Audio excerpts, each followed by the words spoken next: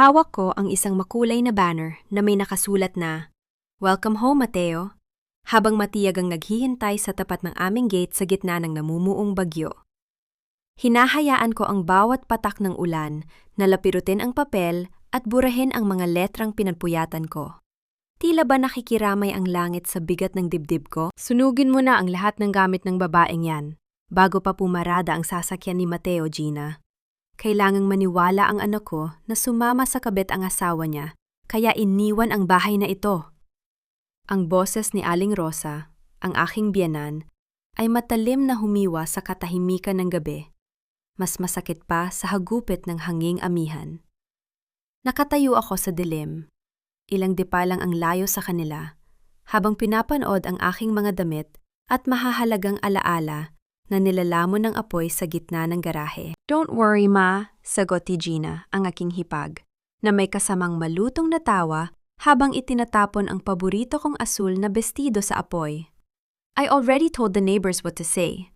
Siguradong hiyang-hiya si Maribel kaya nagtago.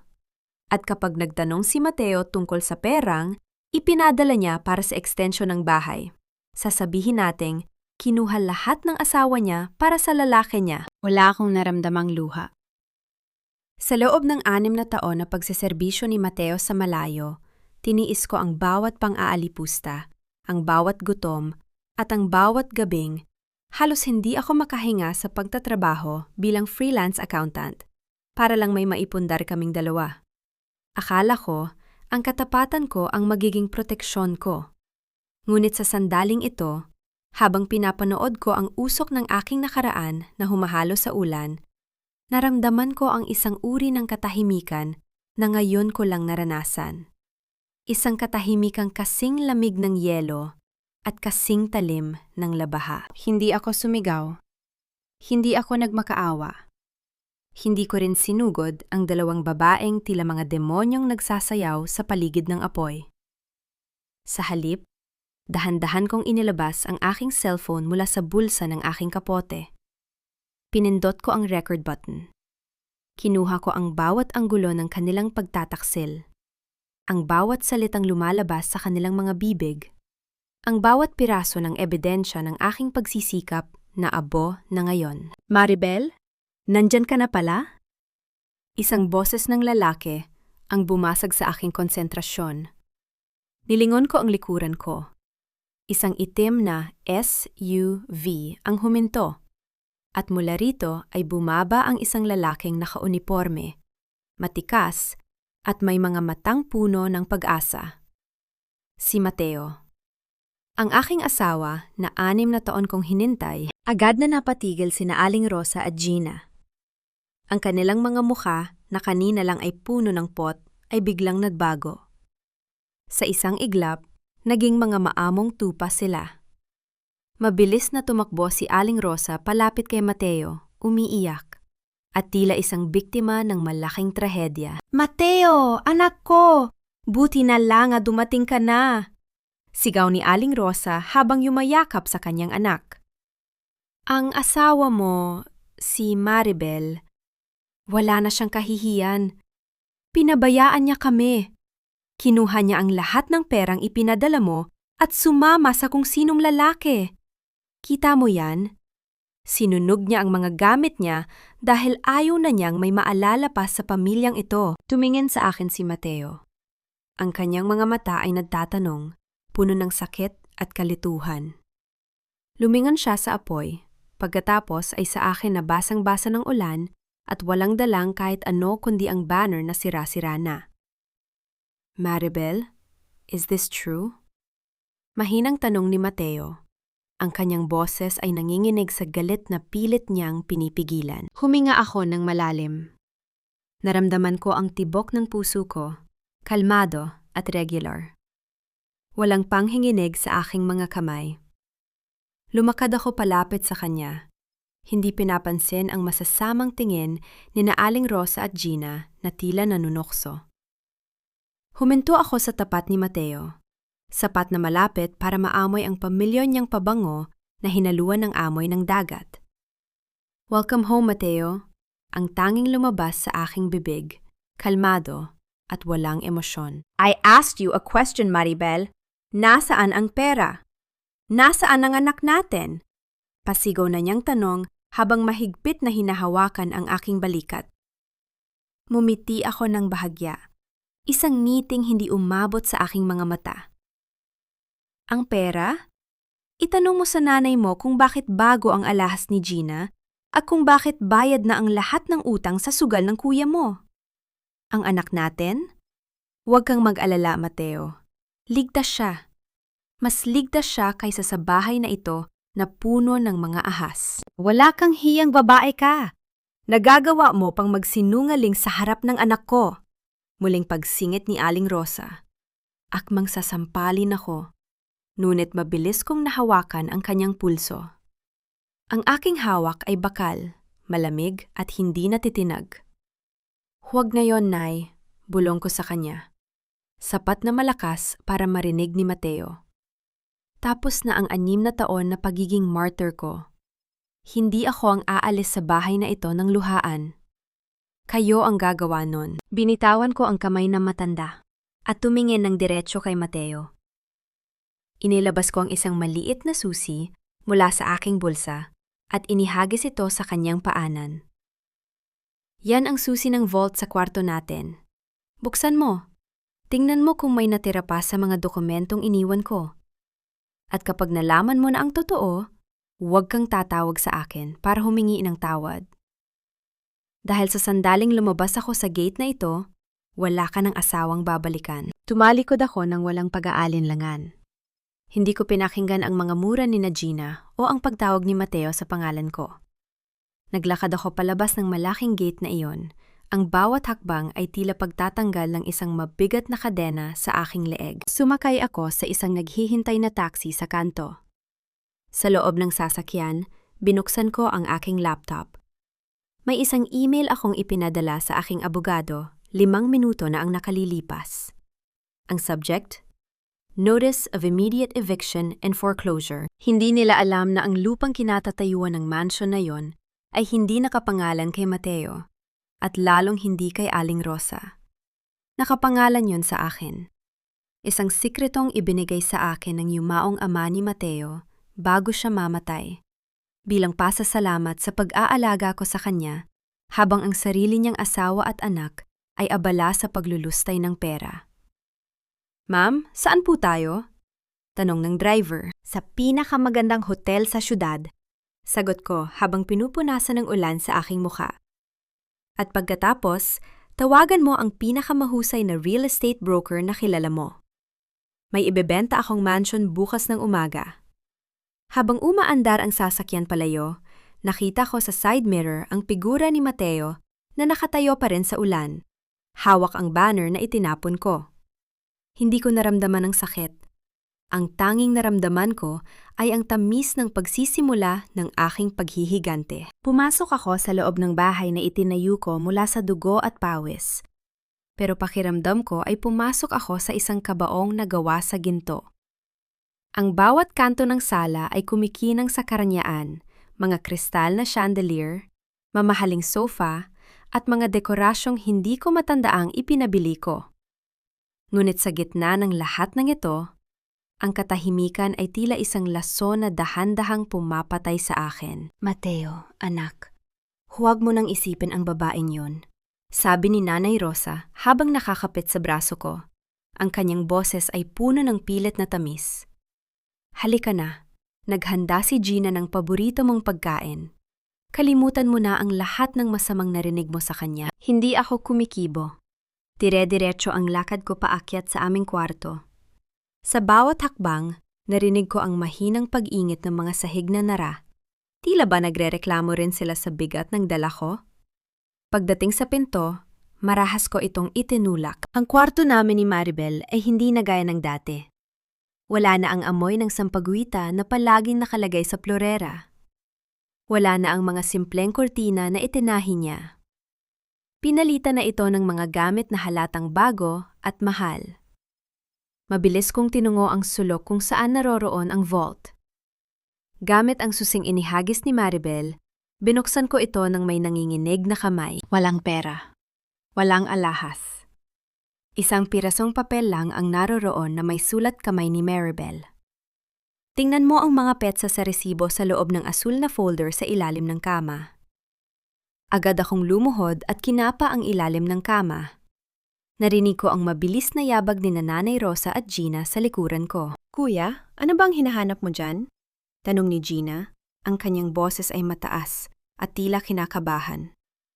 Wala na dyan ang mga gamit ni Maribel. Lininis na namin yan dahil puro kalaswaan lang ang nakatago dyan. Hindi ko siya pinansin. Nakuha ko ang asul na folder.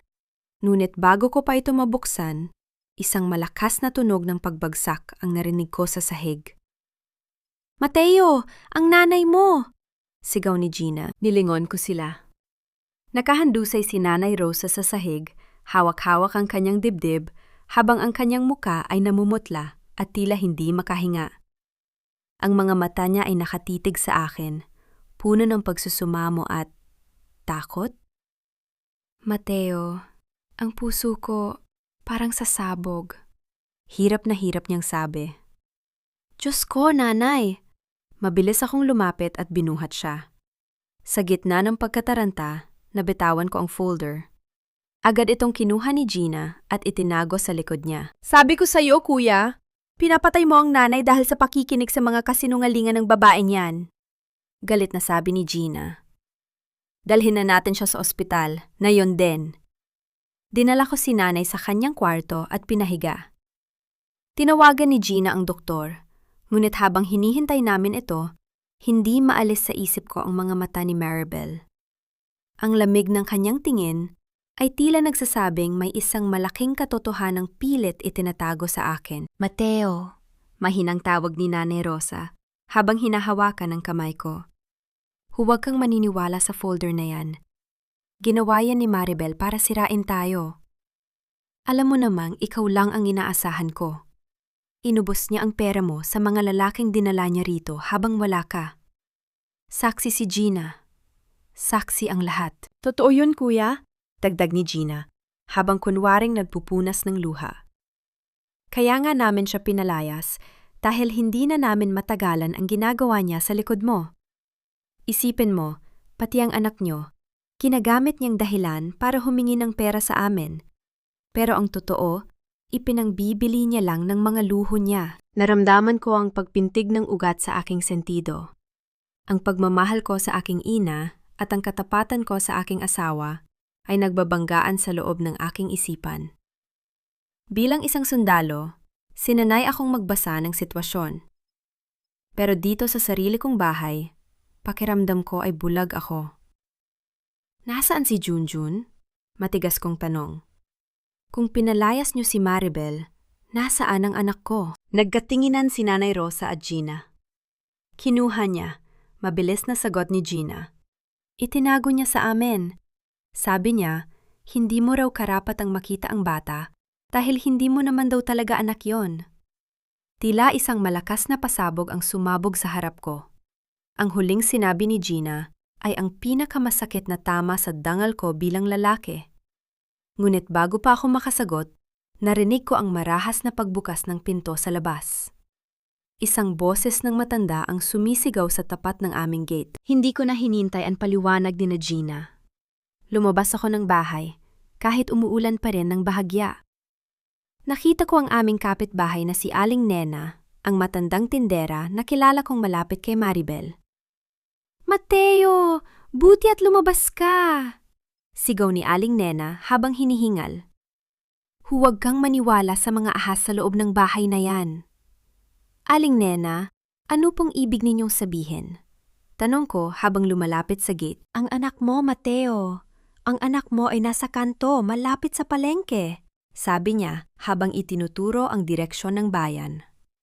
Kanina pa siya doon, naglalako ng kakanin sa ilalim ng ulan para lang may pambili ng gamot ng nanay niya. Habang ang pamilya mo rito, nagpapakasasa sa pera mo. Naramdaman ko ang paghinto ng mundo ko.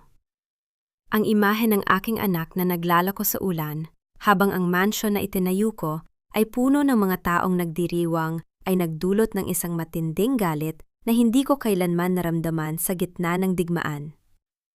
"Gina, nanay!" Sigaw ko. Ang boses ko ay umalingaw sa buong kalsada. Lumingon ako sa mansion. Nakita ko si Gina sa bintana, mabilis na isinara ang kurtina. Hindi ko na kailangan ng resibo. Hindi ko na kailangan ng folder. Ang katotohanan ay wala sa loob ng vault, kundi nasa kalsada. Nilalamig at nagugutom. Mabilis akong tumakbo patungo sa aking sasakyan. Paharurot ko itong pinaandar paalis. Iniiwan ang mansion na tila isang magandang bangumot. Kailangan kong mahanap ang anak ko.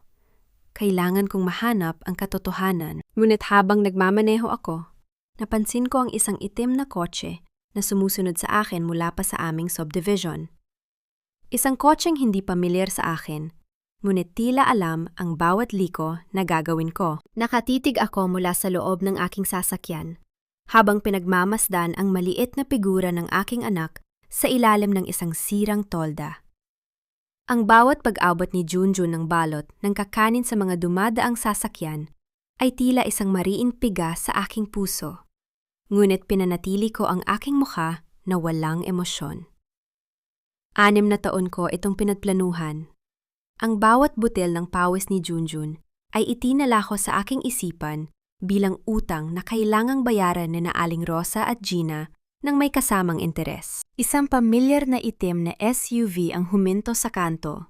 Mabilis at tila nagmamadali. Ang mga gulong nito ay humalik sa basang semento, nagwiwisik ng maruming tubig sa paligid. Bumukas ang pinto at lumabas si Mateo. Ang kanyang uniforme ay gusot na at ang kanyang muka ay bakas ng matinding pagod at takot. Dahan-dahan akong bumaba ng kotse. Ngunit nanatili ako sa anino ng isang malaking puno. Gusto kong makita ang bawat sentimetro ng kanyang pagkawasak. Bili na po kayo, kuya. Mainit pa po ang bibingka. Ang maliit na boses ni Junjun ay umalingaw-ngaw sa gitna ng ingay ng ulan. Iniabot niya ang isang supot kay Mateo. Ang kanyang mga kamay ay nanginginig sa ginaw. Nakita ko ang paninigas ng buong katawan ni Mateo. Ang supot ng kakanin ay dahan-dahang nalaglag mula sa kanyang kamay, bumagsak sa putikan. Napaluhod siya sa harap ng bata. Ang kanyang mga kamay ay dahan-dahang humawak sa manipis na balikat ni Junjun. Junjun? Anak, ako ito, si Papa. Ang boses ni Mateo ay basag, parang isang salamin na dinurog ng martilyo. Umatras ang aking anak. Ang kanyang mga mata ay walang kislap ng pagkilala, kundi puno ng takot at pag-aalinlangan. Hindi ko po kayo kilala. Sabi ni Mama, nasa malayo ang papa ko at nagtatrabaho para sa amin. Huwag niyo po akong saktan, kukunin ko na lang po ang nahulog na tinda ko. Ang bawat salita ni Junjun ay tila isang balaraw na sumasaksak sa dibdib ni Mateo. Nakita ko ang pagbagsak ng kanyang mga balikat. Ang kanyang paghikbi na pilit niyang pinipigilan habang tinitingnan ang tattered shirt ng kanyang anak. Ang anak na akala niya ay pinababayaan ko habang nilulustay ang kanyang pera. Dito na ako humakbang palabas ng anino. Ang tunog ng aking mga takong sa basang semento ay tila isang ritmo ng paparating na paghuhukom. Huminto ako ilang dipa mula sa kanila. Nakasuot ako ng isang itim na business suit, maayos ang aking buhok, at ang aking tindig ay matikas. Hindi ako ang Maribel na iniwan niya 6 na taon na ang nakalilipas. Ang asawang laging nakayuko at sunod-sunuran. Junjun, anak, halika rito. Tawag ko ng may malambot, ngunit awtoritadong boses. Agad na tumakbo si Junjun sa akin at yumakap sa aking binti. Mama, ang lalaking ito po, tinapon ng tinda natin. Tumingin sa akin si Mateo habang nakaluhod pa rin sa putikan. Ang kanyang mga mata ay puno ng pagsisisi, galit at matinding pagkalito. Maribel, bakit? Bakit ganito ang kalagayan niyo? Sabi ni nanay. Sabi nila kinuha mo ang lahat. At naniwala ka? Putol ko sa kanya. Ang aking boses ay malamig at walang bahid ng awa. Sa loob ng 6 na taon, Mateo, ang bawat sentimo na ipinadala mo ay hindi nakarating sa amin. Ang bawat sulat ko ay hinarang, Ang bawat tawag ko ay pinatayan ng linya, habang ang nanay mo ay nagsusugal at ang hipag mo ay namimili ng mamahaling gamit, ang anak mo ay natutong magbilang hindi sa paaralan, kundi sa pamamagitan ng pagtitinda rito sa kalsada. Bakit hindi ka lumaban? Sigaw ni Mateo. Tumayo siya at humakbang palapit. Ang kanyang mukha ay kasing pula ng apoy. Bakit hinayaan mong mangyari ito? Tumawa ako ng bahagya, isang tunog na walang katuwaan. Lumaban ako, Mateo, pero ang kalaban ko ay ang sarili mong dugo. Ang kalaban ko ay ang utang na loob na palagi mong isinusumbat sa akin. Kaya pinili kong manahimik. Pinili kong mag-ipon ng lakas. Habang pinapanood ko silang magpakasaso sa perang, akala nila ay hindi mauubos. Kinuha ko ang kamay ni Junjun at tiningnan ng diretso si Mateo. Mateo, tapos na ang 6 na taon ko ng pagtitiis. Ngayon, oras na para maningil. At sisiguraduhin ko na ang bawat patak ng ulan na dumapo sa anak ko ngayong gabi ay babayaran ni na Aling Rosa at Gina ng luha at kahihiyan. Maribel, mag-usap tayo. Pabalikin mo na kami sa buhay mo. Pagsusumamo ni Mateo, akmang hahawakan ang aking kamay. Mabilis akong dinstansya. Hindi mo na ako asawa, Mateo. Ako na ang may-ari ng lupang kinatatayuan ng mansion mo. At bukas na bukas din, malalaman mo kung ano ang pakiramdam ng mawala ng tahanan sa gitna ng gabi. Sumakay ako sa aking kotse kasama si Junjun. Iniiwan si Mateo na nakatayo sa gitna ng kalsada, basang-basa, at tila isang taong nawala ng kaluluwa. Habang umaandar ang sasakyan, nakita ko sa side mirror ang isang figura na nakatago sa di kalayuan. Si Gina, na may hawak na cellphone at tila may tinatawagan. Nang iti ako, hayaan silang magplano. Hindi nila alam na ang bawat galaw nila ay bahagi na ng aking laro. Pinagmasdan ko ang refleksyon ko sa malaking salamin ng aking penthouse office. Ang suot kong puting blazer ay walang bahid ng dumi, malayo sa putikan at ulan na iniwan ko sa kalsada kanina. Sa likod ko, nakalatag sa mesa ang mga financial statement ng 3 malalaking kumpanyang pinamamahalaan ko bilang lead consultant. Ang bawat numero ay tila mga kawal na sumusunod sa bawat utos ko. Sa mundong ito, ako ang reyna. Ang marahas na pagbukas ng pinto ng aking opisina ay naging sanhi ng paglipad ng ilang piraso ng papel mula sa aking mesa. Pumasok si Mateo, hingal na hingal. Ang kanyang uniforme ay tuyo na pero lukot na lukot. Ang kanyang mga mata ay ng lalaki habang nililibot ang tingin sa karangyaan ng aking opisina. Maribel, paano mo nagawa ang lahat ng ito?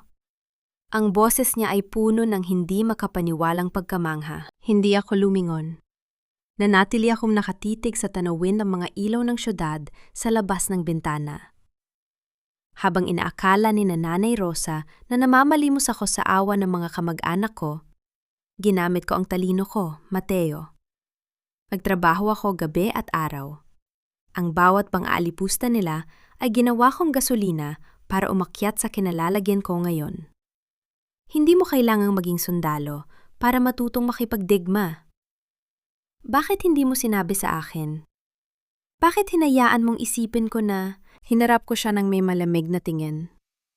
Na ano, na isa akong taksil? Na winaldas ko ang pera mo? Mateo, sa loob ng 6 na taon, sapat na ang mga pagkakataong ibinigay ko sa'yo para kilalanin kung sino talaga ang pinakasalan mo. Pero mas pinili mong maniwala sa mga kwento kaysa sa karakter ko. Lumapit siya sa mesa at akmang hahawakan ang mga dokumento, pero mabilis ko itong inilayo. Kinuha ko ang isang luma at kupas na folder mula sa aking drawer. Inilapag ko ito sa gitna ng mesa.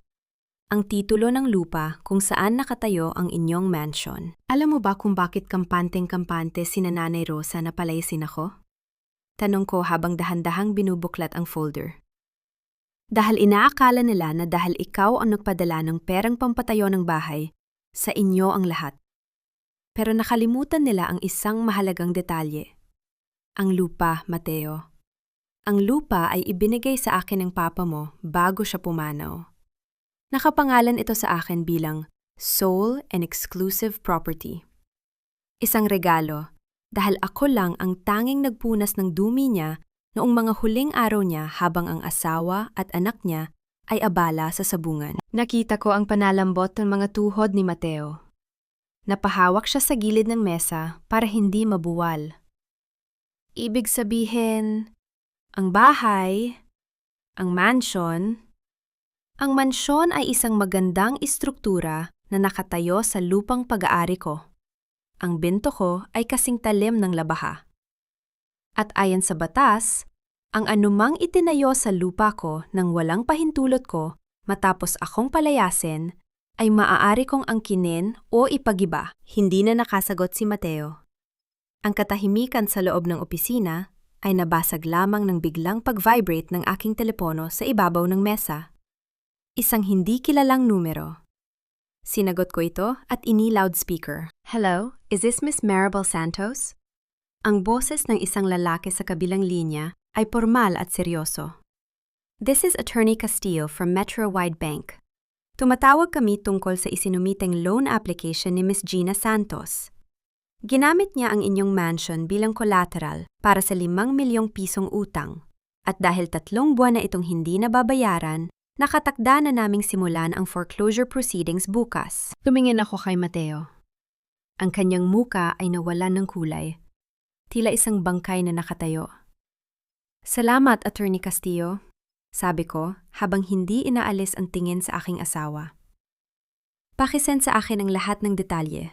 I'll handle it. Pagkababa ng telepono, ang tanging narinig ko ay ang mabigat na paghinga ni Mateo.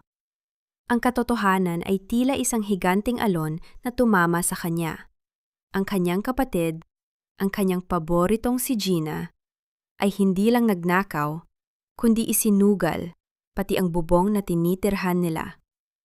5 million, bulong ni Mateo. Saan napunta ang perang yun? Numiti ako ng makahulugan. Gusto mong malaman? Sumama ka sa akin bukas ng umaga.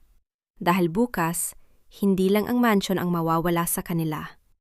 Mawawala rin ang bawat maskarang isinuot nila sa harap mo. Nakaupo ako sa likod ng aking madilim na sasakyan. Pinagmamasdan ang bintana ng mansion mula sa labas ng gate. Ang mga ilaw sa loob ay malakas na kumukurap.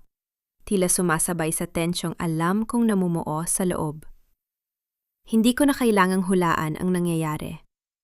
Alam ko ang bawat galaw ng mga ahas kapag naramdaman nilang nasusukon na sila. Ma'am, gusto niyo po bang pumasok na tayo? Tanong ng aking driver. Hindi pa, sagot ko, habang pinaglalaruan ang mamahaling ballpen sa aking daliri. Hayaan muna nating lumabas ang lahat ng lason sa kanilang katawan. Mas masarap manood kapag abot langit na ang kanilang pag-arte. Sa loob ng bahay, alam kong kasalukuyang nakaluhod si Gina sa paanan ni Mateo. Hindi ako nagkamali. Mula sa aking tablet na konektado sa mga hidden camera na ipinalagay ko buwan na ang nakalilipas, nakita ko ang bawat detalye. Kuya, patawarin mo ako. Hindi ko ginusto ito. Ang boses ni Gina ay basag na basag, punong-puno ng peking pagsisisi. Nakaluhod siya sa malamig na sahig, nakahawak sa binti ni Mateo habang ang kanyang buhok ay sadyang ginulo. Naloko lang ako, kuya. Sabi ng kaibigan ko, lalago ang pera natin. Para naman sana may madatnan kang malaking negosyo pag uwi mo. Hindi ko alam na itatakbo nila ang lahat. 5 milyon, Gina. 5 milyong piso ang utang mo sa bangko. Ang sigaw ni Mateo ay umalingaw-ngaw sa buong sala. Dahilan para mapatalon sa gulat si Aling Rosa na nakaupo sa sofa. Mateo, anak, huwag mo namang sigawan ang kapatid mo. Pagsingit ni Aling Rosa. Hawak-hawak muli ang kanyang dibdib habang umaarte na tila hihimatayin. Mabuti ang intensyon ng bata. Gusto lang niyang tulungan ang pamilya. Kasalanan ito ni Maribel eh. Kung hindi siya umalis at iniwan ang pamamahala dito, hindi sana maloloko si Gina. Minura niya siguro ang swerte ng bahay na ito bago siya lumayas. Napanisi ako sa dilim. Ang galing. Pati ang sariling kapabayaan at kasalanan, nagawa pa ring isisi sa akin. Ang gaslighting ni Aling Rosa ay isang sining na tanging siya lang ang nakakaperpekto. Anong itutulong ko, Nay? Yan ang lahat ng naipon ko sa 6 na taon na pakikipagsapalaran ko sa gitna ng dagat. Ang boses ni Mateo ay puno ng desperasyon. Yan ang para sa kinabukasan ni Junjun. At ngayon, sasabihin niyo sa akin na kailangang ibayad lahat sa utang ni Gina? Kuya, please. Kung hindi natin mababayaran ng interest bukas, kukunin nila ang bahay. Humahagulgol na si Gina. Saan titira si nanay? Gusto mo bang mamatay siya sa lansangan? May pera ka pa, di ba? Yung retirement fund mo, yung mga bonus mo, sapat na yon para maligtas ang mansion. Nakita ko sa screen ang pag-aalinlangan sa mukha ni Mateo. Ang pagiging hero niya ay muling sinusubok. Hinawakan niya ang kanyang ulo, tila sasabog na ito sa tindi ng pressure. Ang utang na loob sa ina at ang awa sa kapatid ay dahan-dahang lumalamon sa kanyang lohika. Dito na ako nagpasya. Binuksan ko ang pinto ng sasakyan at lumakad patungo sa loob ng bahay. Hindi ako kumatok. Tuloy-tuloy ang aking pagpasok. Ang bawat tunog ng aking sapatos sa tiles ay tila isang babala ng paparating na bagyo. Huwag mong ibibigay, Mateo. Ang aking boses ay kalmado, ngunit sapat na malakas para patigilin ang lahat. Sabay-sabay silang lumingon sa akin. Ang mukha ni Gina ay agad na napalitan ng pot, habang si Aling Rosa ay tila nakakita ng multo. Anong ginagawa ng babaeng ito rito? Sigaw ni Gina habang mabilis na tumatayo at nagpupunas ng luha. Wala ka nang pakialam sa usapang pamilya namin. Hindi ko siya pinansin. Lumapit ako kay Mateo at tinitigan siya ng diretso sa mga mata. Ibibigay mo ba talaga ang 6 na taon ng buhay mo para sa isang kasinungalingan, Mateo? Ibibigay mo ba ang pera para sa kinabukasan ng anak mo para lang ipambayad sa utang na hindi naman napunta sa negosyo? Anong sinasabi mo? Tanong ni Mateo, ang kanyang boses ay nanginghinig. Maribel, lumayas ka rito bago ko tawagin ang mga tanod. Banta ni Aling Rosa. Mumiti ako at inilabas ang isang envelope mula sa aking bag. Inihagis ko ito sa center table. Buksan mo yan, Mateo. Tingnan mo ang mga hotel records at flight tickets sa loob. Habang nagpapadala ka ng pera para sa negosyo, ang kapatid mo at ang kanyang boyfriend ay nagpapakasasa sa Boracay at Palawan gamit ang pangalan ng mansion nyo bilang collateral. Nanlaki ang mga mata ni Gina. Sinubukan niyang kunin ang envelope pero mas mabilis si Mateo. Mabilis niyang binasa ang mga dokumento. Ang bawat pahina ay tila isang sampan na nagpabukas sa kanyang mga mata. Gina, totoo ba ito? Ang boses ni Mateo ay naging kasing lamig ng kamatayan. Kuya, hindi. Edited yan. Ginawa yan ni Maribel para sirain ako. Depensa ni Gina. Pero ang panginginig ng kanyang boses ay hindi na niya maitago. Hinarap ko si Mateo. Ang aking muka ay walang bakas ng awa. Iyan ang perang dapat ay para sa anak mo, Mateo. At ngayon, hihilingin nila sa'yo na ibigay pati ang huling natitira sa'yo? Isipin mo nang mabuti. Dahil ang pirma mo sa tseke na yan, ang magdedikta kung magiging tatay ka ba o mananatiling sunod-sunuran sa mga taong kumakatay sa'yo ng buhay. Mateo, huwag kang maniwala sa kanya! Sigaw ni Aling Rosa habang muling humahawak sa kanyang dibdib. Ang puso ko! Mateo, tulong! Ngunit sa pagkakataong ito, hindi gumalaw si Mateo para alalayan ang kanyang ina. Nanatili siyang nakatitig sa mga litrato ni Gina na nagpapakasasa sa luhong hindi naman sa kanya. Kinuha ko ang aking cellphone at may tinawagan. Hello, Sheriff? You can proceed now. Deliver the notice to vacate immediately. Anong notice? Sigaw ni Aling Rosa. Tila biglang gumaling ang kanyang sakit sa puso. Ang mansyon na ito ay hindi na foreclosure ng bangko. Sabi ko habang tinitingnan silang dalawa ng may panghahamak. Binili ko na ang utang niyo sa bangko. Ibig sabihin, ako na ang may-ari ng utang nyo.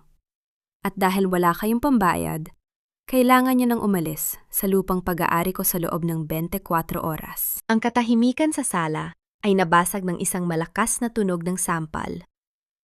Ngunit hindi ito galing sa akin. Si Mateo ang sumampal kay Gina. Isang malakas at puno ng puot na sampal na nagpabagsak sa kanya sa sahig. "Lumayas kayo!" bulong ni Mateo. Ang kanyang mga mata ay puno ng luha ng galit. "Lumayas kayo bago ko makalimutan na magkadugo tayo." Nangiti ako. Ang sarap sa pakinig. Pero alam kong hindi pa ito ang huli. Alam kong may isang alas pa si Gina na hindi ko inaasahan. Ang bawat yabag ng aking sapatos sa tiles ng sala ay tila tunog ng isang orasan na nagbibilang ng nalalabing oras ng mga taong nanakit sa akin. Matapos ang matinding komosyon, ang mansion ay nabalot ng isang nakabibining katahimikan. Isang katahimikang mas nakakatakot kaysa sa pagsabog ng galit. Nakatayo si Mateo sa gitna ng silid. Ang kanyang mga kamay ay nakakuyom at ang kanyang hininga ay mabigat, habang sina Nanay Rosa at Gina ay tila mga basang sisiw na nagbubulungan sa isang sulok. "Maribel, sandali?" Ang boses ni Mateo ay puno ng pagod at pagsusumamo habang hinahabol niya ako sa may pintuan. Humarap ako sa kanya. Ang aking mukha ay tila isang pader ng yelo na hindi matitibag ng anumang init ng emosyon. "Bakit, Mateo? Gusto mo bang bawiin ko ang utos ko? Gusto mo bang bigyan ko pa sila ng pagkakataong ubusin ang natitira mang pagkatao?" "Hindi," mabilis niyang sagot. "Gusto kong bumawi. Gusto kong makita kung gaano kalalim ang hukay na hinukay nila para sa atin. Tulungan mo ako, Maribel. Alam kong wala na akong karapatan, pero pakiusap. Huwag mong hayaang maging ganito lang ang katapusan." Tinitigan ko siya ng matagal. Nakita ko ang isang sundalong handa ng makipaglaban para sa katotohanan, hindi para sa pamilyang nagtaksil sa kanya. "Fine. Kung gusto mo ng katotohanan, kailangang marunong kang maglaro. Magpanggap tayong magkaaway pa rin. Hayaan mong isipin nilang ikaw pa rin ang mahinang Mateo na kaya nilang paikutin. Hayaan nating isipin nila na may pag-asa pa silang makuha ang pera mo." Nagkaintindihan kami sa isang tingin. Lumabas ako ng bahay nang may kasamang malakas na pabalibag ng pinto. Sapat na malakas para marinig ng mga nasa loob. Mabilis akong sumakay sa kotse, pero hindi ako umalis. Mula sa aking tablet, binuksan ko ang audio feed mula sa isang maliit na device na itinanim ni Mateo sa ilalim ng sofa bago ako lumabas. Hindi pwedeng ganito. Kailangang gumawa tayo ng paraan." Ang boses ni Gina ay mabilis at puno ng kaba. "Wala na ang 5 milyon. Kapag nalaman ni Mateo na hindi lang yun ang nawala, patay tayo." "Tumigil ka, Gina. Huwag kang maingay. Baka naririnig tayo ng kuya mo." Ang boses ni Nanay Rosa ay matalim. "Hayaan mo siyang umiyak dyan. Maya-maya lang. Lalambutin ang puso niyan. Anak ko yan. Alam ko kung paano siya amuhin. Ang kailangan natin ngayon ay makuha ang itinago mong alahas at ang natitirang pera sa vault ni Mateo.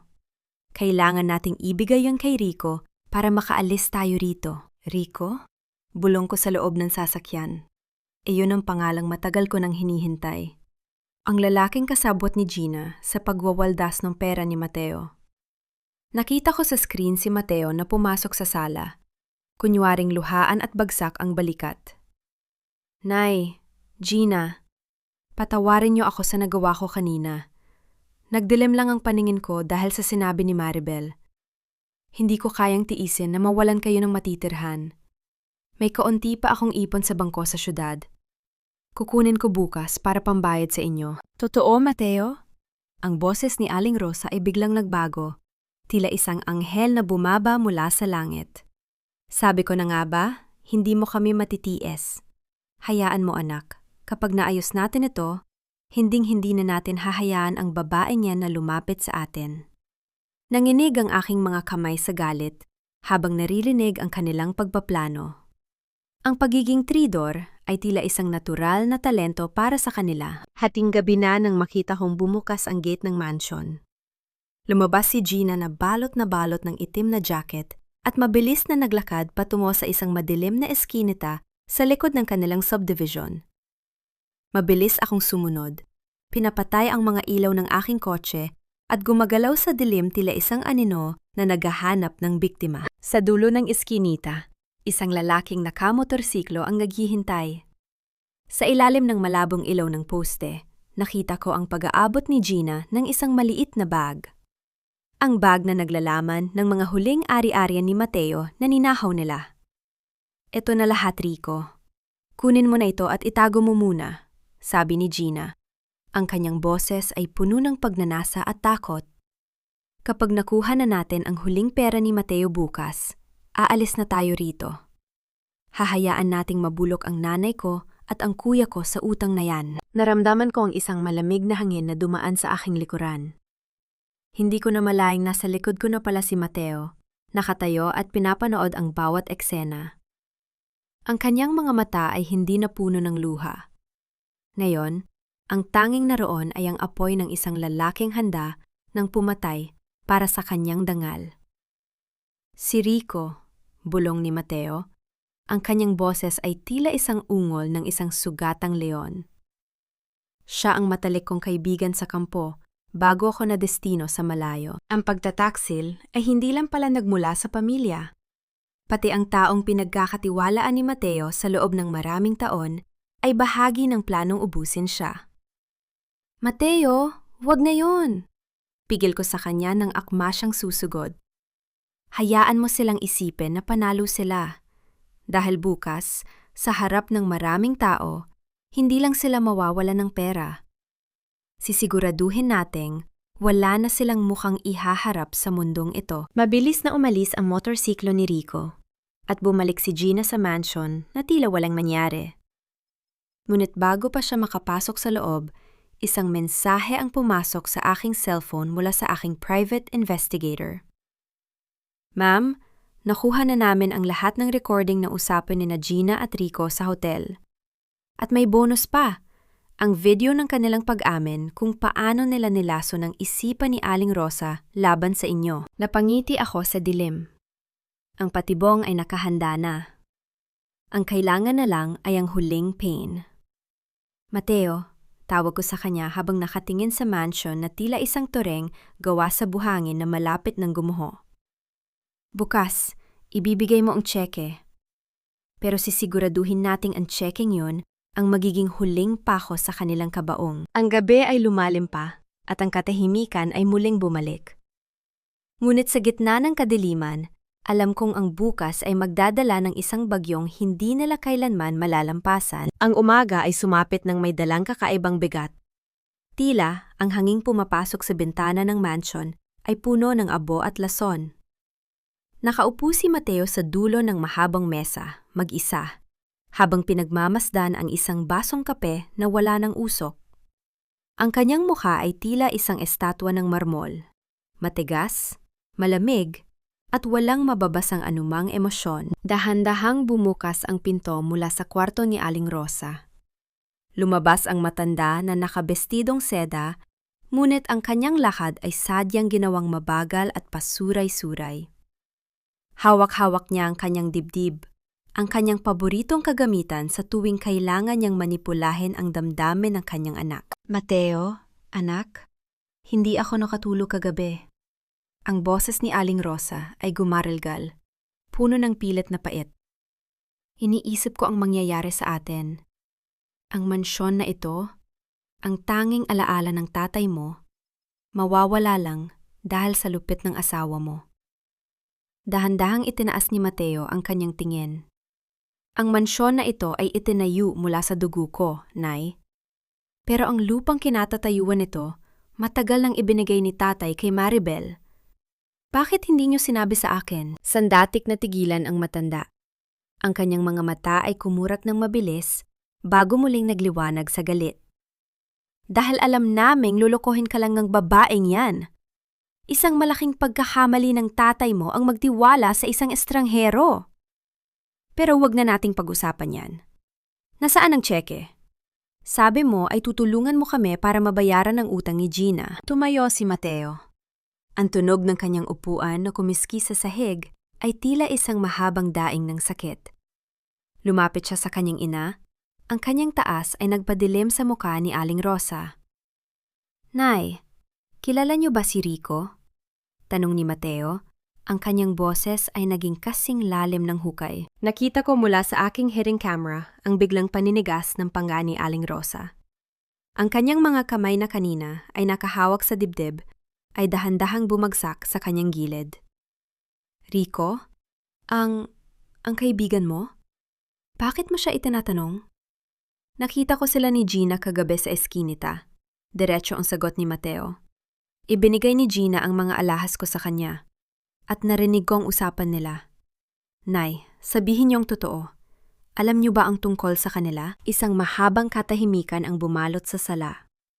Ang tanging narinig ay ang mahinang tunog ng aircon at ang mabilis na hininga ni Aling Rosa. Pagkatapos, sa halip na humingi ng tawad, ang matanda ay tumawa. Isang tuyo at nakakangilong tawa na nagpatindig ng balahibo ko sa loob ng kotse. Oo, alam ko! Sigaw ni Aling Rosa. Ang kanyang maskara ng pagiging mabait na ina ay tuluyan ng nalaglag. Alam ko, dahil si Rico lang ang nakinig sa akin. Si Rico ang nangako na palalagyan ang pera mo para hindi tayo magmukhang pulubi sa harap ng pamilya ni Maribel. Anong masama doon? Ginawa ko yun para sa atin, Mateo. Para sa danggal natin. Dangal? Ulit ni Mateo. Ang kanyang boses ay puno ng panghahamak. Ang ipagkanulo ang sarili mong anak, ang palayasin ng asawa ko, at hayaang magmakaawa ang apo mo sa kalsada para sa barya? Yun ba ang dangal na sinasabi nyo? Utang nga loob mo sa akin ang buhay mo, Mateo. Ang boses ni Aling Rosa ay tumaas, naging matinis at puno ng lason. 9 na buwan kitang dinala sa sinapupunan ko. Pinag-aral kita. Ibinigay ko ang lahat para maging sundalo ka. Ngayon, susumbatan mo ako dahil lang sa ilang milyong piso? Ibigay mo ang tseke. Obligasyon mo ang buhayin kami sa luhong gusto namin dahil anak kita. Napeling si Mateo. Nakita ko ang isang butil ng luha na pumatak mula sa kanyang mata, ngunit mabilis niya itong pinunasan. Binayaran ko na ang utang ko ng dugo, Nay. 6 na taon akong nakipaglaban sa gitna ng dagat para lang mapunan ang kasakiman nyo. Pero ang dangal ko, hindi ko ibibigay sa inyo. Anong ibig mong sabihin? Tanong ni Aling Rosa. Ang kanyang boses ay biglang naging mabilis dahil sa kaba. Inilabas ni Mateo ang isang tseke mula sa kanyang bulsa. Kumuha siya ng ballpen at mabilis na pumirma. Inilapag niya ito sa mesa sa tapat mismo ng kanyang ina. Yan ang huling sentimong matatanggap niyo mula sa akin. 1,000,000 piso. Sapat na yan para makahanap kayo ng matitirhan matapos kayong palayasin ni Maribel bukas. Mabilis na sinunggaban ni Aling Rosa ang tseke. Ang kanyang mga mata ay nagniningning sa sakim. 1,000,000? Bakit isa lang? Kulang ito para sa utang ni Gina. Iyan lang ang halaga ng pagiging ina niyo sa akin. Malamig na sagot ni Mateo. At huwag niyo nang subukang tawagan ako muli. Wala sa araw na ito, patay na ang anak niyo sa inyo. Tumalikod si Mateo at lumakad palabas ng mansion. Ngunit bago pa siya makalabas ng gate, huminto siya at lumingon muli sa kanyang ina na abala sa paghalik sa tseke. Nay, isang payo lang, dagdag ni Mateo. Tingnan niyo munang mabuti ang pangalang nakasulat sa PAI bago niyo subukang i-encash yan. Mabilis na tiningnan ni Aling Rosa ang tseke. Ang kanyang mukha ay biglang namula. Pagkatapos ay naging kasing puti ng papel. Ang pangalang nakasulat sa tseke ay hindi Rosa Santos o Gina Santos. Ang nakasulat ay Bureau of Internal Revenue, Tax Eviction Case, numero 402. Mateo! Anong kalokohan ito? Sigaw ni Aling Rosa habang hinahabol ang kanyang anak, ngunit huli na ang lahat. Paharurot na pinaandar ni Mateo ang kanyang sasakyan paalis. Iniiwan ang kanyang ina na nagsisisigaw sa gitna ng malawak na bakuran. Sa loob ng aking kotse, napangiti ako. Ang checking iyon ay hindi lang papel. Ito ang magbubukas ng investigasyon sa lahat ng ilegal na transaksyon ni Gina sa loob ng 6 na taon. Ang marahas na pag-ikot ng aking ballpen sa puting papel ay tila tunog ng isang hatol na hindi na mababago.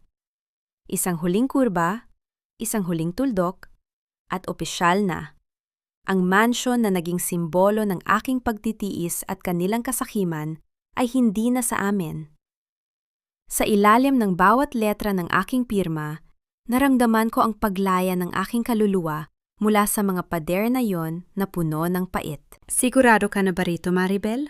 Tanong ni Attorney Castillo habang dahan-dahang kinukuha ang deed of absolute sale. Maari nating makuha ang bahay ng buo sa pamamagitan ng foreclosure.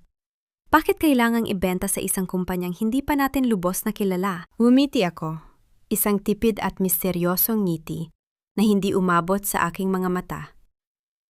Minsan, ang pinakamasakit na parusa ay hindi ang mawalan ng lahat, kundi ang makitang ang lahat ng pinaghirapan mo ay napunta sa kamay ng isang taong hinding-hindi mo matatanggap. Ang Vanguard Real Estate Holdings ay hindi lang isang kumpanya. Attorney sila ang magiging instrumento ng huling slapface para kina Aling Rosa. Habang nagaganap ang pirmahan sa aking opisina, sa mansyon naman ay tila may pista. Mula sa aking monitor, nakita ko si Gina na mas siglang naglalakad sa sala habang may kausap sa telepono. Ang kanyang mukha, na kanina lang ay punong-puno ng takot, ay nagminingning na ngayon sa galit at tagumpay. Sinasabi ko sa'yo, Rico, bilisan mo ang pagpapadala ng down payment. Ang boses ni Gina ay umalingaw sa audio feed, puno ng kagalakan. Naniwala ang kuya ko na gagamitin natin ang pera para sa utang.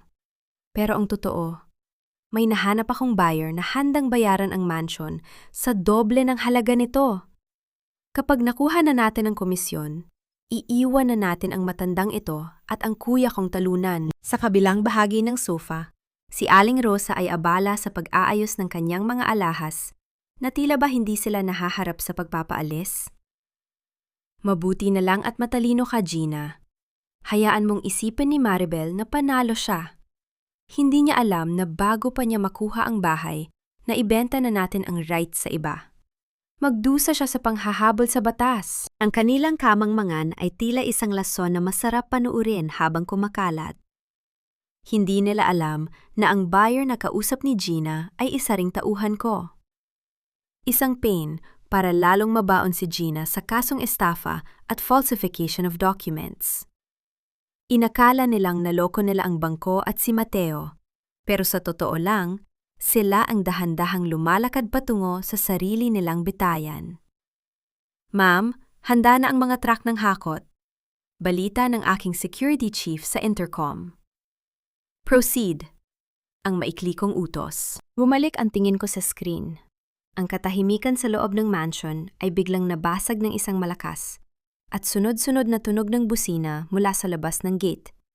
Hindi lang isa, kundi 3 malalaking truck na may tatak na Vanguard Real Estate, Logistics, ang pumarada sa harap ng kanilang bahay.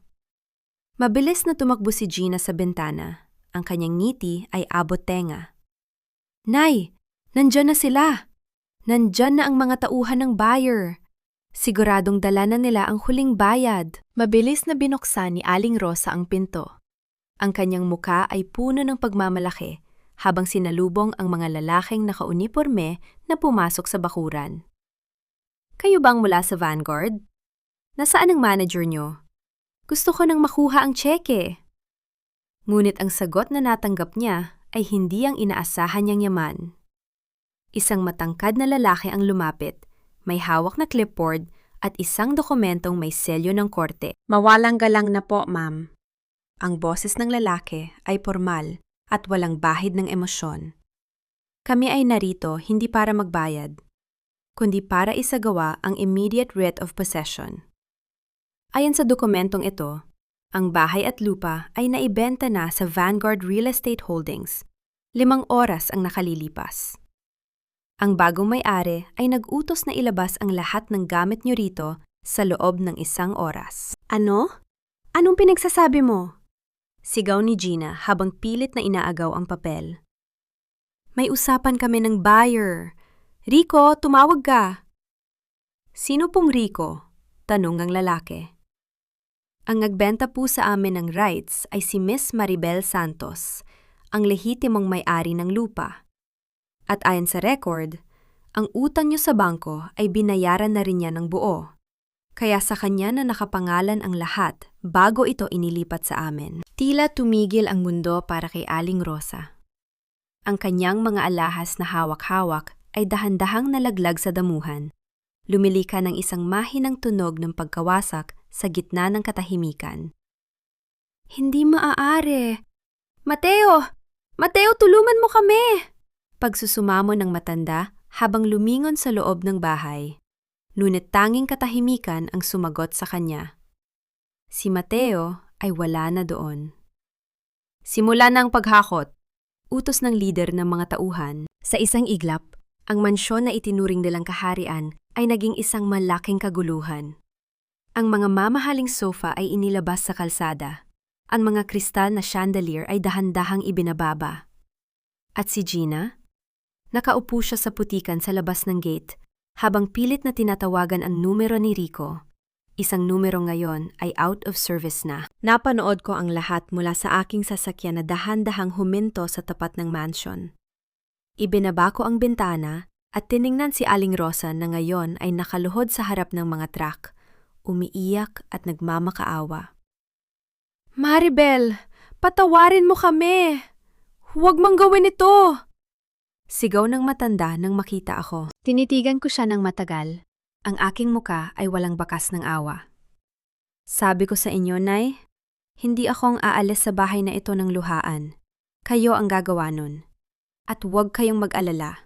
Hindi ko kayo iiwan sa kalsada. May inihanda akong matitirhan nyo. Numiti ako ng lalong lumakas, habang itinuturo ang isang maliit at lumang jeepney na paparating. Sa loob nito, nakita ko ang mga pulis na may hawak na warrant of arrest para kay Gina. Ang bagong bahay nyo ay may mga rehas. Bulong ko habang dahan-dahang itinaas muli ang bintana ng aking kotse.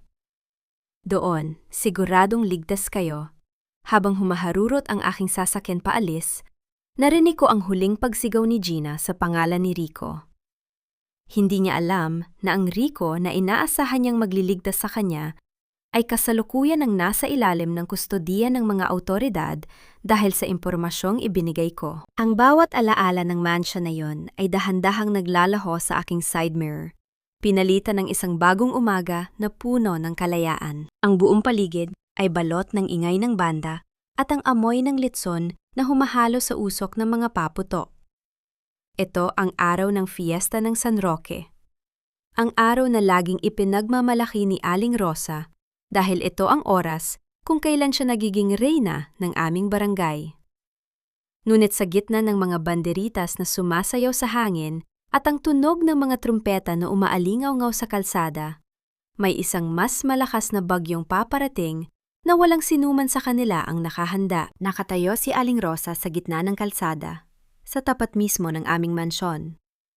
Kahit may mga truck ng hakot sa paligid, suot pa rin niya ang kanyang pinakamahal na Filipiniana at ang mga alahas na alam kong huling hininga na ng kanyang yaman. Pilit niyang ipinapaliwanag sa mga mausisang kapitbahay na ang mga truck ay para sa renovasyon ng bahay. Naku, Mareng Nena. Alam mo naman itong si Mateo. Gusto laging bago ang gamit para sa amin? Ang boses ni Aling Rosa ay matining. Pilit na nilulunod ang kaba sa kanyang dibdib. Yang si Maribel? Ayon, lumayas na dahil hindi na nakayanan ang kahihiyan matapos naming malaman ang mga kalokohan niya. Talaga ba, Rosa? Ang boses ko ay bumasag sa kanyang kasinungalingan. Dahan-dahan akong lumabas mula sa aking sasakyan. Hindi ako nakakapote o basang-basa gaya ng huli nilang pagkakaalam. Nakasuot ako ng isang pulang bestido na hapit sa aking katawan. Ang aking mga mata ay nakatago sa likod ng mamahaling shades. Ang bawat hakbang ko sa semento ay lumilikha ng isang malakas at tiyak na tunog. Tila ba, bawat taiti ng aking sapatos ay isang paalala ng kanilang pagbagsak. Maribel? Ang sigaw ni Gina habang lumalabas mula sa loob. Ang kanyang muka ay puno ng pilit na tapang. Anong ginagawa mo rito? Wala ka ng mukhang ihaharap sa mga tao rito. Kabaligtaran, Gina. Sagot ko habang dahan-dahang tinatanggal ang aking shades. Narito ako para ibigay ang huling donasyon ko para sa fiesta. Kinuha ko ang isang remote control mula sa aking bag at pinindot ang isang button. Sa isang iglap, ang malaking projector screen na inilaan para sa bingo night sa tapat ng mansion ay bumukas. Ngunit hindi mga numero ang lumabas. Ang buong barangay ay natahimik nang umalingaw-ngaw ang boses ni Gina mula sa mga speaker. Iyon ang recording ng kanyang pakikipag-usap kay Rico tungkol sa pagbebenta ng rights ng bahay at ang pag-amin na lahat ng bintang laban sa akin ay gawa-gawa lamang nila. Hayaan mo silang mabulok dito, Rico. Basta makuha natin ang pera ni Mateo, iiwan na natin ang matandang yan at ang kuya kong uto-uto. Ang boses ni Gina ay malinaw. Bawat salita ay tila isang malakas na sampal sa mukha ni Aling Rosa sa harap ng lahat ng kanyang mga kaibigan. Nakita ko ang dahan-dahang pagbagsak ng panga ni Aling Rosa.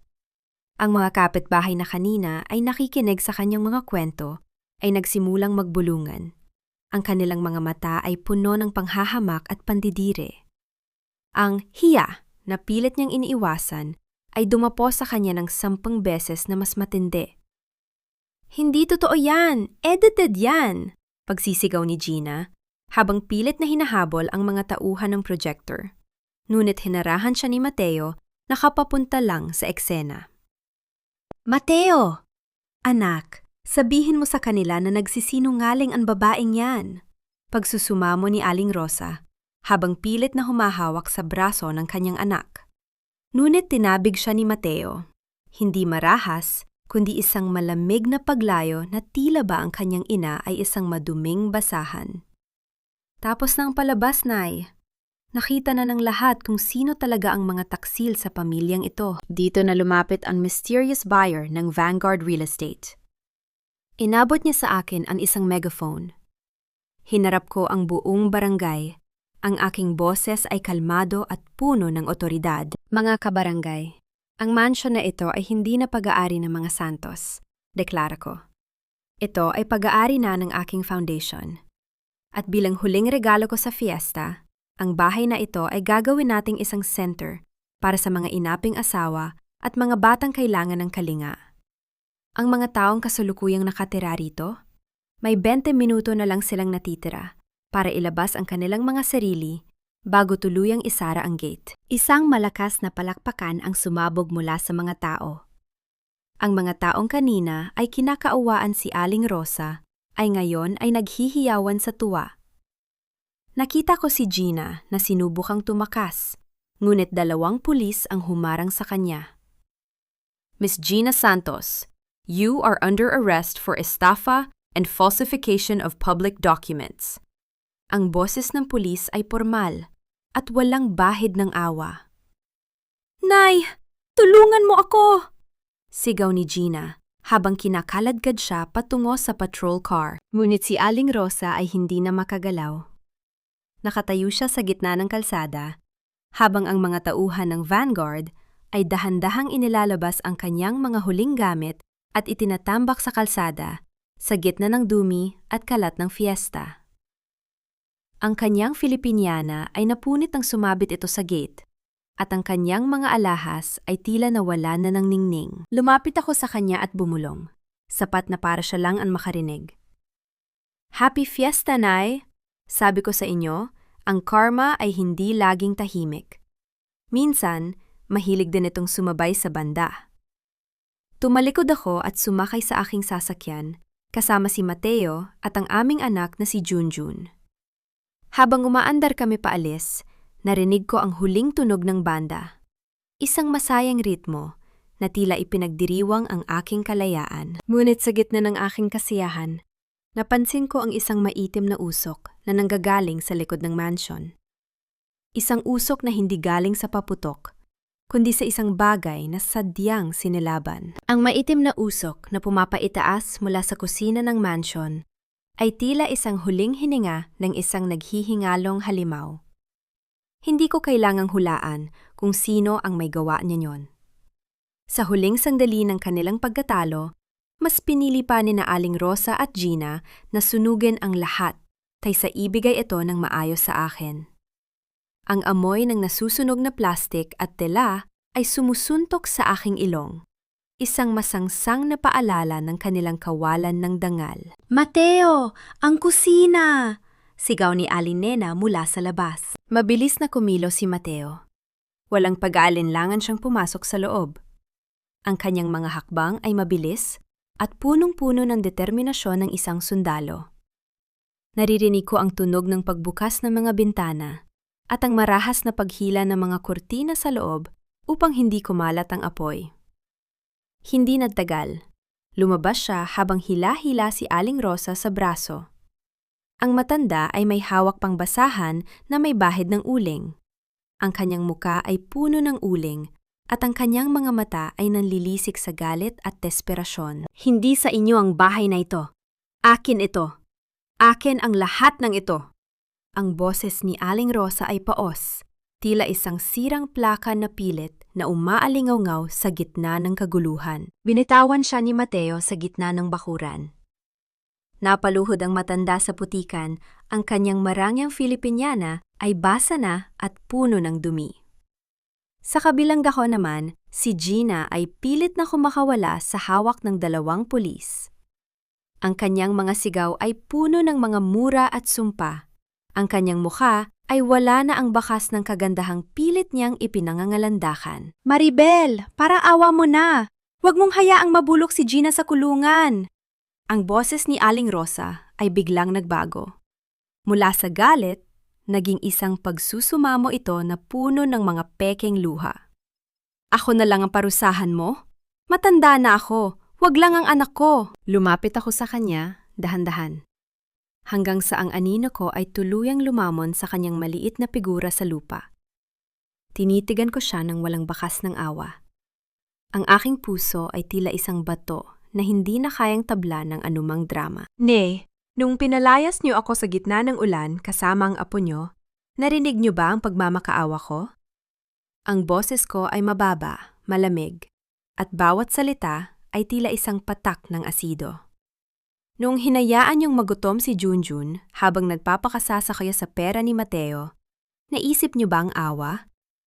"Nagawa ko lang yun dahil gusto kong maprotektahan ang anak ko."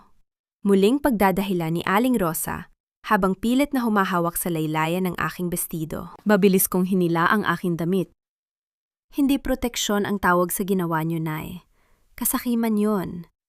Pinili niyo ang luhong gawa sa kasinungalingan kaysa sa katapatan ng kaisa-isa niyong apo. Ang toring buhangin na itinayo niyo ay gumuho na.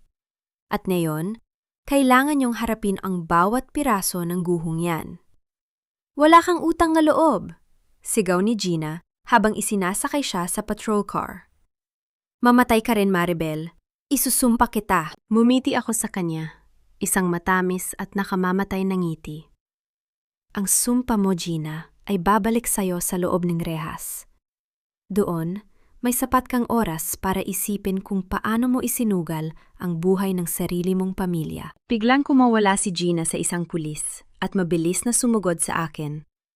Ang kanyang mga kuko ay tila mga kuko ng agila na handang dumukit sa aking mukha. Ngunit bago pa siya makalapit, isang matikas na braso ang humarang sa kanya. Si Mateo. Hawak niya ang braso ni Gina ng may higpit na sapat para mapadaing ito sa sakit. Ang tingin ni Mateo sa kanyang kapatid ay hindi na tingin ng pagmamahal, kundi tingin ng isang lalaking nandidiri sa sarili niyang dugo. "Subukan mo siyang saktan muli, Gina, at sisiguraduhin kong hindi ka na makakalabas sa kulungan habang buhay." Ang boses ni Mateo ay isang babala na kasing talim ng bayoneta. Tuluyan ang naisakay si Gina sa loob ng sasakyan ng pulis. Ang sirena ay nagsimulang tumunog, isang malakas at mahabang daing na tila nagmamarka ng katapusan ng isang madilim na kabanata. Si Aling Rosa naman ay naiwang nakaupo sa damuhan, mag-isa, habang ang mga tao sa barangay ay dahan-dahang nagsisiyalisan. Ang bawat isa ay may dalang kwento ng kahihiyan ng pamilyang Santos. Tiningnan ko ang mansyon. Ang usok ay dahan-dahang nawawala.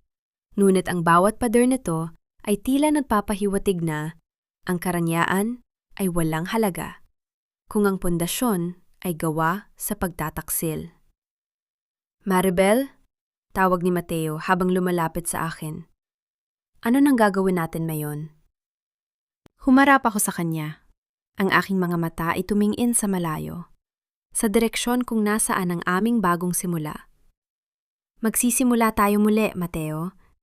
Pero sa pagkakataong ito, wala ng mga lihim, wala ng mga ahas, at wala ng mga toreng gawa sa buhangin. Dahan-dahan kaming naglakad patungo sa aking sasakyan. Iniiwan ang mansyon na tila isang malaking kabaong ng mga nakaraang pait. Ngunit bago ko pa mabuksan ang pinto, isang itim na sobre ang nakita kong nakadikit sa windshield ng aking kotse. Isang sobreng may tatak na hindi ko inaasahan. Naramdaman ko ang mabilis na pagtibok ng aking puso. Ang laro ay tila hindi pa pala tuluyang tapos. Hinawakan ko ang itim na sobre ng may matatag na kamay, habang ang hangin ng hapon ay pilit na nililipad ang aking buhok. Sa loob ng sasakyan, mahimbing na natutulog si Junjun sa backseat. Yakap-yakap ang kanyang paboritong laruan. Isang simpleng prak na kahoy na binili ko para sa kanya noong mga panahong wala kaming makain. Sa tabi ko, si Mateo ay nakatitig sa kawalan. Ang kanyang mga kamay ay mahigpit na nakahawak sa manibela. Tila ba doon niya kinukuha ang huling lakas na natitira sa kanya. Dahan-dahan kong binuksan ang sobre. Inasahan ko ang isang banta, o marahil ay isang huling hirit ng put mula kay Gina. Ngunit ang tumambad sa akin ay isang dokumento mula sa opisina ng taga-usig.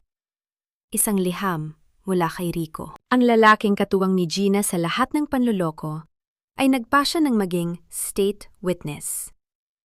Sa takot na mabulok sa kulungan ng mag-isa, ibinuhos niya ang lahat ng ebidensya laban kay Gina. Mga rekord ng usapan, mga peking pirma, at ang lokasyon ng mga nakatagong pera na ninakaw nila mula sa mga remittance ni Mateo. Ang pagtataksil ay nakumpleto na. Ang mga ahas ay dahan-dahan nang kinakain ang isa't isa. Ano yan, Maribel? Mahinang tanong ni Mateo.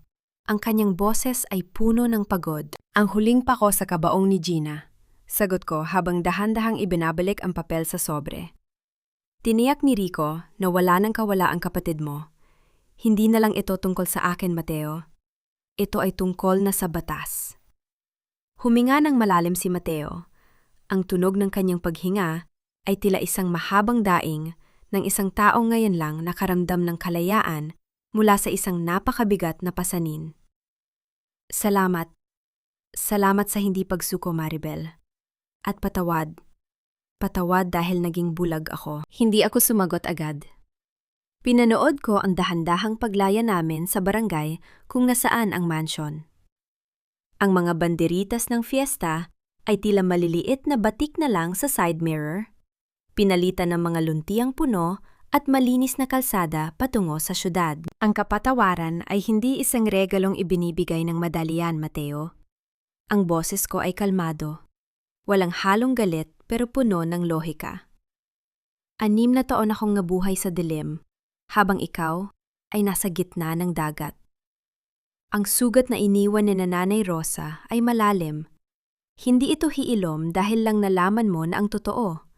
Hiilom ito kapag napatunayan mong karapat-dapat ka ng tawaging tatay ni Junjun at lalaking rerespetuhin ko muli. Tumango si Mateo.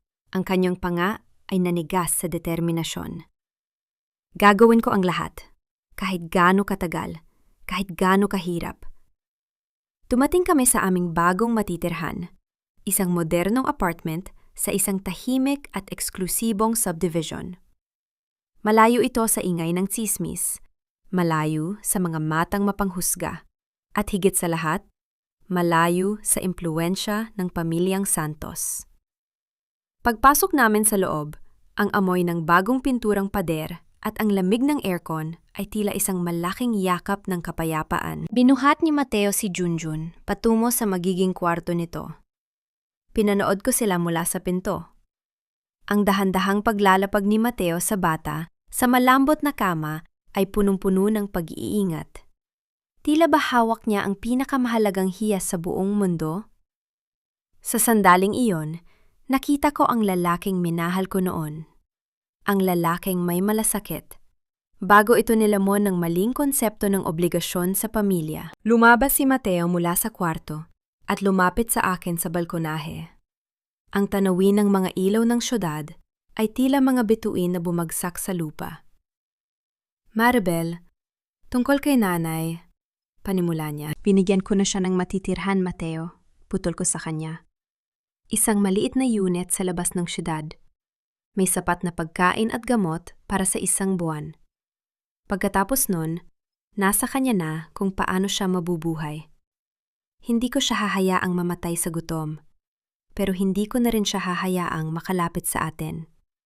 Yan ang huling utang na loob na ibibigay ko sa kanya. Sapat na yon, bulong ni Mateo. Sapat na yon. Naging payapa ang gabi. Sa unang pagkakataon sa loob ng maraming taon, nakatulog ako ng walang takot na may kakatok sa pinto para manghingi ng pera o manumbat ng kasalanan. Ngunit sa kalagitnaan ng gabi, nagising ako sa isang mahinang tunog mula sa sala. Dahan-dahan akong tumayo at sumilip. Nakita ko si Mateo na nakaupo sa sahig, sa tabi ng bintana. May hawak siyang isang lumang litrato. Ang aming litrato noong araw ng aming kasal. Ang kanyang mga balikat ay dahan-dahang yumayanig. Ang bawat hikbi ay pilit niyang sinusubpo sa pamamagitan ng pagtakip ng kanyang mukha. Hindi ko siya nilapitan. Nanatili ako sa anino ng hallway. Alam kong kailangan niyang pagdaanan ang sakit na ito. Ang pagbagsak ng kanyang mga idolo at ang pagkawasak ng kanyang tiwala sa sariling dugo ay isang lason na kailangang isuka ng kanyang buong pagkatao. Bumalik ako sa aking kama at tumingin sa kisame. Ang aming bagong simula ay nagsisimula na. Ngunit bago ko tuluyang ipikit ang aking mga mata, narinig ko ang isang mahinang kaluskos mula sa ilalim ng aking pinto. Isang pirasong papel ang dahan-dahang isiningit mula sa labas. Isang sulat kamay na bata, ngunit ang mensahe ay tila isang babala mula sa nakaraan. Ang sikat ng araw na tumatagos sa bintana ng silid ng korte ay tila isang malupit na ilaw na naglalantad sa bawat dumi at bahid ng katotohanan. Nakaupo ako sa unahan, suot ang aking pinakamatalim na itim na blazer, habang pinagmamasdan ang pintuan na dahan-dahang bumubukas. Ang bawat tunog ng pag-ingit ng bisagra ng pinto ay tila isang babala ng paparating na hatol. Pumasok si Gina na nakaposas. Ang kanyang suot na kulay kahel na uniforme ng bilanggo ay malayo sa marangyang mga damit na ninakaw niya mula sa pawis ni Mateo. Ang kanyang buhok ay tila isang pugad ng ibon na hindi naunawaan ang suklay. At ang kanyang mga mata ay nanlalalim, puno ng pait at desperasyon. Sa likod niya, nakaupo si Aling Rosa sa bench ng mga manonood, nakasuot ng kupas na itim, habang ang kanyang mga kamay ay nanginghinig na nakahawak sa isang rosaryo. Ang kasong estafa at falsification of public documents laban kay Gina Santos ay diringgin na. Ang boses ng hukom ay umalingaw-ngaw sa buong silid, malamig at walang bahid ng emosyon, gaya ng hanging galing sa aircon. Ang bawat sandali ng paglilitis ay tila isang mabilis na pelikula ng kanilang pagkawasak. Tumayo si Rico, ang dating kakampi ni Gina, at sa bawat salitang lumalabas sa kanyang bibig ay tila binubuhusan ng asido ang pagkatao ng aking hipag. Ibinigay niya ang lahat, ang mga boses na narecord sa hotel, ang mga pekeng dokumento, at ang pag-amin na si Gina ang utak ng lahat ng panloloko. Nagsisinungaling siya. Pinilit lang ako ni Maribel na gawin ito. Sigaw ni Gina habang pilit na tumatayo, ngunit mabilis siyang pinaupo ng mga gwardya. Ang kanyang tinig ay matinis. Pila isang hayop na nasusukol sa sarili nitong bitag. Tumingin ako sa kanya ng diretsyo. Walang galit, walang pot. Tila ba isa na lang siyang estrange na nag-iingay sa kalsada? Nangiti ako ng tipid ng iharap ng aking abogado ang huling ebidensya. Ang video recording mula sa gabi ng fiesta, kung saan malinaw na sinabi ni Gina na hahayaan niyang mabulok ang sariling ina sa utang. Nakita ko ang paghinto ng pagdarasal ni Aling Rosa.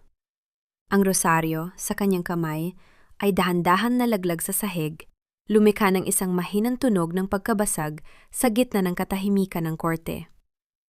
Tumingin siya sa kanyang paboritong anak na si Gina, at sa unang pagkakataon, nakita ko ang tunay na takot sa mga mata ng matanda. Ang anak na ipinagtanggol niya, ang anak na binigyan niya ng lahat ng luho, ay ang mismong tao na magtatapon sa kanya sa basura. Hukuman, base sa lahat ng ebidensya, ang nasasakdal ay napatunayang guilty beyond reasonable doubt. Ang hatol ng hukom ay tila isang malakas na tunog ng martilyo na tumapos sa 6 na taon kong pagdurusa. Hahatulan si Gina Santos ng 12 taon na pagkakulong. Isang malakas na tili ang kumawala kay Gina habang kinakaladkad siya ng mga pulis palabas ng silid. Ang kanyang mga kuko ay kumakalmot sa sahig, tila pilit na humahawak sa kalayaang tuluyan na niyang winalwal. "Nay, tulungan mo ako! Ayokong makulong!" Ang sigaw ni Gina ay dahan-dahang humina habang isinasara ang mabigat na pinto ng korte. Lumabas ako ng silid ng may mataas na no. Sa pasilyo, hinarang ako ni Aling Rosa. Ang kanyang mukha ay tila naging isang tuyong dahon, puno ng mga kulubot ng kahihiyan. "Maribel, anak, bawiin mo ang kaso." Pagsusumamo niya, habang pilit na lumuluhod sa aking paanan. "Matanda na ako. Wala akong kasama sa bahay. Patawarin mo kami." Lumingin ako kay Mateo na nakatayo sa tabi ko. Hindi niya tiningnan ang kanyang ina. Sa halip, hinawakan niya ang aking kamay ng mahigpit, isang senyales na hindi na niya hahayaang manipulahin muli ang kanyang puso. "Nay, ang boses ko ay kalmado at puno ng otoridad. Ang bahay na ibinigay ko sa inyo ay sapat na para sa isang taong gustong magbago. Pero ang hustisya? Hindi ko yan binibili o ipinamimigay. Yan ay inaani.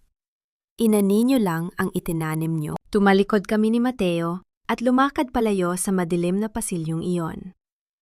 Ang tunog ng aming mga hakbang ay tila isang masayang martsa patungo sa liwanag. Sa labas ng korte, sinalubong kami ni Junjun na may malawak na ngiti. Binuhat siya ni Mateo at itinaas sa hangin. Ang kanilang mga tawa ay humalo sa ingay ng syudad. Nagmaneho kami patungo sa isang bakanteng lote malapit sa dagat. Ang lupang binili ko para sa aming bagong tahanan. Walang mansyon. Isang simpleng bahay lang na may malaking bakuran kung saan makakapaglaro si Junjun. Isang bahay na ang pundasyon ay hindi gawa sa pera o luho, kundi sa katapatan at paggalang. Pinanood ko ang paglubog ng araw sa abot tanaw.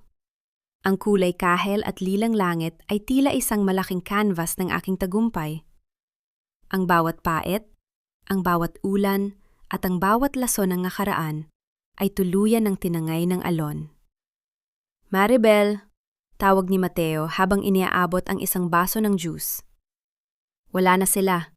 Tayo na lang." Ngumiti ako at sumandal sa kanyang balikat. Ang amoy ng dagat at ang init ng kanyang katawan ay nagbigay sa akin ng katiyakan. Ang toreng buhangin ay tuluyan ng gumuho, at sa ibabaw ng guhong yon, isang tunay na kaharian ng pag-ibig ang dahan-dahang bumabangon. Ang huling karma ay hindi ang makitang nagdurusa ang kaaway, kundi ang makitang masaya ang taong sinubukan nilang sirain. At sa sandaling ito, sa piling ng aking pamilya, alam kong ako ang tunay na nanalo. 1 taon na ang mabilis na lumipas mula nang gumuho ang toring buhangin na itinayo ni Aling Rosa at Gina. Nakaupo ako sa beranda ng aming bagong bahay, habang dahan-dahang humihigop ang mainit na kape. Ang amoy ng sariwang damo at ang malambing na huni ng mga ibon sa paligid ay tila isang symphony ng kapayapaan na ngayon ko lang tunay na nanamnam. Wala na ang mabigat na tensyon sa bawat sulok. Wala na ang mga matang mapanghusga na tila naghihintay ng aking pagkakamali. Ang bahay na ito ay hindi kasing laki ng mansion noon. Pero ang bawat pader nito ay puno ng katotohanan. Dito, ang bawat halahak ni Junjun ay hindi na kailangang pigilin. Naririnig ko ang tunog ng kanyang pagtakbo sa malawak na bakuran. Ang bawat daiti ng kanyang mga paa sa damuhan ay tila isang awit ng kalayaan. Kasalukuyan siyang tinuturuan ni Mateo na magpalipad ng saranggola. Ang tanawin ng mag-ama na magkasama sa ilalim ng asul na langit ay nagbigay sa akin ng isang uri ng kilig na mas malalim kaysa sa anumang luhong materyal. Nabalitaan ko kamakailan ang kalagayan ni Gina sa loob ng kulungan. Ayon sa aking abogado, nawala na ang dating ningning ng kanyang mukha. Ang kanyang mga araw ay ginugugol sa paglalaba ng uniforme ng ibang bilanggo para lang magkaroon ng kaunting pambili ng pagkain. Ang bawat sandali ng kanyang buhay ay naging isang malupit na paalala ng kanyang mga maling desisyon. Si Rico naman, matapos magsilbing saksi, ay tuluyan ng lumisan ng bansa. Bitbit ang kahihiyang hinding-hindi na niya mabubura. Si Aling Rosa? Nanatili siya sa maliit na unit na inilaan ko. Minsan ay tumatawag siya. Sinusubok ang gamitin muli ang utang na loob. Pero natutunan ko na ang sining ang pagtatakda ng hangganan. Pinapadalhan namin siya ng sapat na pangangailangan, ngunit ang pinto ng aming tahanan at ng aming mga puso ay nananatiling sarado sa kanyang manipulasyon. Natutunan niya na ang pag-ibig ng isang anak ay hindi isang obligasyong pwedeng pilitin, kundi isang respetong kailangang pangalagaan. Lumapit sa akin si Mateo. Pawisan, pero may malawak na ngiti. Inilapag niya ang saranggola at dahan-dahang umupo sa aking tabi. Hinawakan niya ang aking kamay. Ang kanyang mga daliri ay marahang humahaplos sa aking balat. Maribel, mahinang tawag niya. Ang kanyang boses ay puno ng sinseridad. Salamat sa pagbibigay sa akin ng pagkakataong itama ang lahat. Ngayon ko lang naintindihan na ang tunay na lakas ng isang lalaki ay hindi nasusukat sa pakikipaglaban sa malayo, kundi sa pagprotekta sa katotohanan sa loob ng sarili niyang pamilya. Humiti ako at isinandal ang aking ulo sa kanyang balikat. Nahanap na natin ang ating tunay na tahanan, Mateo. Hindi ito gawa sa semento o sa titulo ng lupa. Gawa ito sa ating desisyon na piliin ang isa't isa ng may katapatan. Marami ang nagtatanong sa akin kung napatawad ko na ba sila ng lubos. Ang sagot ko ay simple. Pinatawad ko na ang aking nakaraan para magkaroon ako ng puwang sa aking hinaharap. Ang kapatawaran ay hindi nangangahulugan ng pagbabalik sa dati. Ito ay ang pagpapaalam sa sakit para makapagsimula ng bago. Ang aking patawad ay ang aking katahimikan, at ang aking paglaya ay ang aking tagumpay. Sa mga kababaihang nakikinig sa aking kwento, naway magsilbi itong paalala. Huwag kayong matakot na tumayo sa sarili niyong mga paa. Ang inyong halaga ay hindi nakadepende sa kung gaano kayo katagal magtiis, kundi sa kung paano niyo pinoprotektahan ang inyong dangal. Ang pagiging nukung o isang malakas na Filipina ay hindi nangangahulugang hindi ka nasasaktan. Ibig sabihin nito, ginagawa mong sandata ang iyong sakit para bumangon ng mas matayog kaysa sa anumang bumatikos sa iyo. Habang lumulububog ang araw at nagkukulay ginto ang paligid, naramdaman ko ang huling haplos ng hangin sa aking mukha. Wala na ang galit. Wala na ang pait. Ang tanging natitira ay ang pag-asa na ang bawat bukas ay magdadala ng mas malalim na pagmamahalan at mas matibay na pundasyon. Ang aking paglalakbay ay hindi natapos sa paghihigante. Natapos ito sa aking paghahanap sa aking sarili. At sa wakas, nahanap ko na ang kapayapaang matagal ko nang ipinagkait sa aking kaluluwa.